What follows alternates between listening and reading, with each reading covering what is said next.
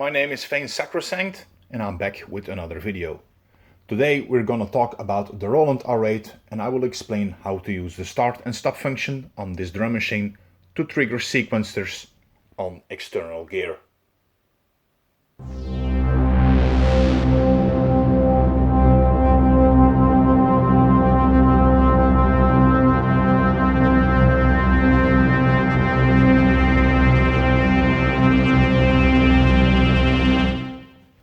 In one of my previous videos on the Roland R8, I got a question from Bo asking me if I could do a video on how to trigger sequencers on another synthesizer by using the start and stop function of the R8, and I thought to myself, yeah, why not?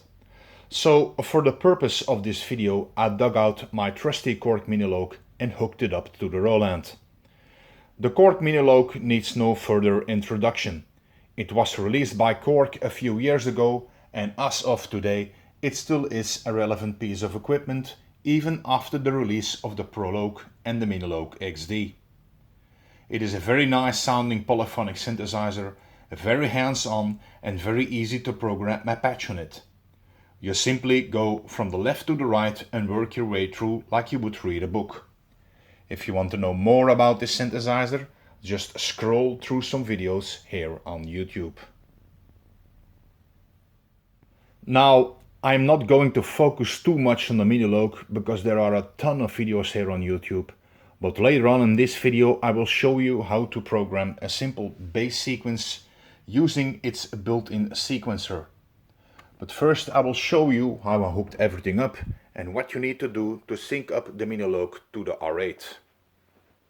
First of all, we need to make sure that our drum machine is set as a master clock device, and on the Roland R8 this is done very easily. You simply press and hold the erase button. This way you activate its secondary function and it will become a shift button. Simultaneously press pad number 16, which is also the sync button. This will bring you into the sync mode of the R8. By looking at the display, you need to make sure it is set to internal. If the display says something like MIDI, you can change the settings by pressing the on or off button in a parameter section of the machine.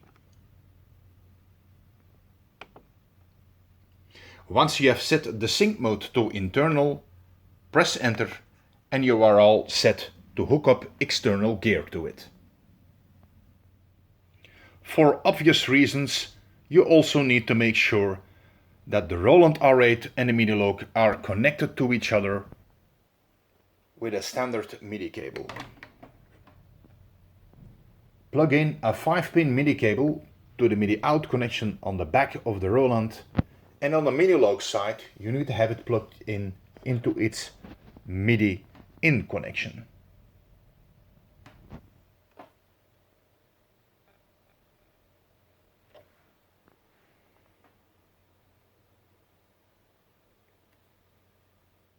Now we only need to set the Korg as a slave to the Roland by pressing the edit mode button.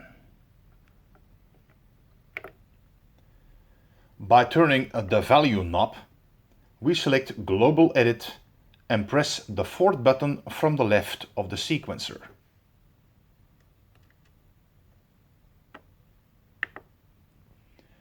Press it one time again and you are into the clock source function of the Minilogue. You need to make sure the menu displays Auto MIDI. You can change the settings by turning the value knob.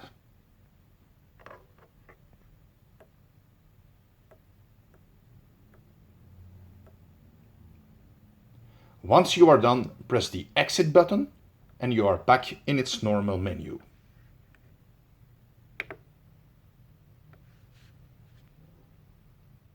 For the purpose of this tutorial video, let me show you how to program a simple sequence on the Minilogue.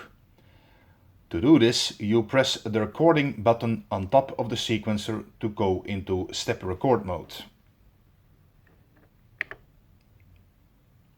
Once you have done this, you simply strike the keys you like to be played by the sequencer. You can also add rests to your sequence by pressing the rest button next to the recording button. Let's program a simple bass sequence. I'm using a standard patch called Tracks Bass and set the synthesizer to unison mode.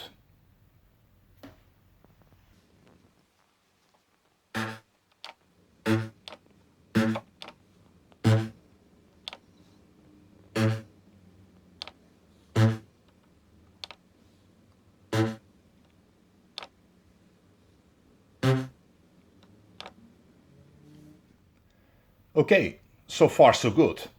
Let's have a listen to what we have programmed.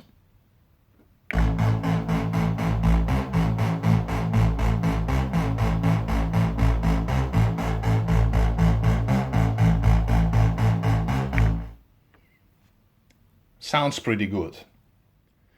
Now, normally, and if you did everything right, you should be able to start the sequencer of the Korg by pushing the start button on the R8. And every time you press the stop button, the sequencer on the Korg will reset itself to the first note. Now, if you are using another synthesizer with a built-in sequencer, it is quite possible the sequencer will not reset to the first step. Therefore, I suggest you read the manual of the synthesizer you are using in conjunction with the Roland, because it is quite possible that other sequencers behave differently and that you will need to change some settings on the synthesizer itself. But I can assure you that once you manage to set up the sequencer's behavior and have it sync to the Roland R8, you will have a lot of fun.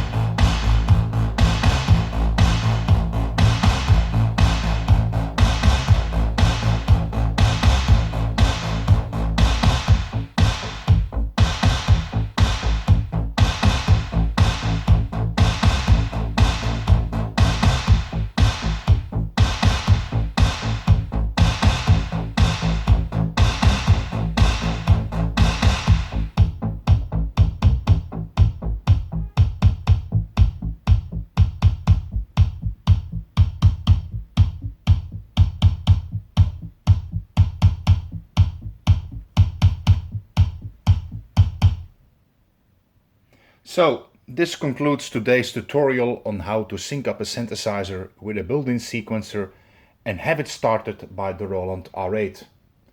I hope you enjoyed this tutorial and that it will help you along in your own productions or live shows.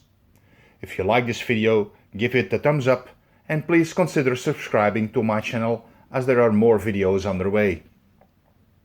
It also motivates me to release more content on gear, which is something I really like to do, and it will help me grow with this channel.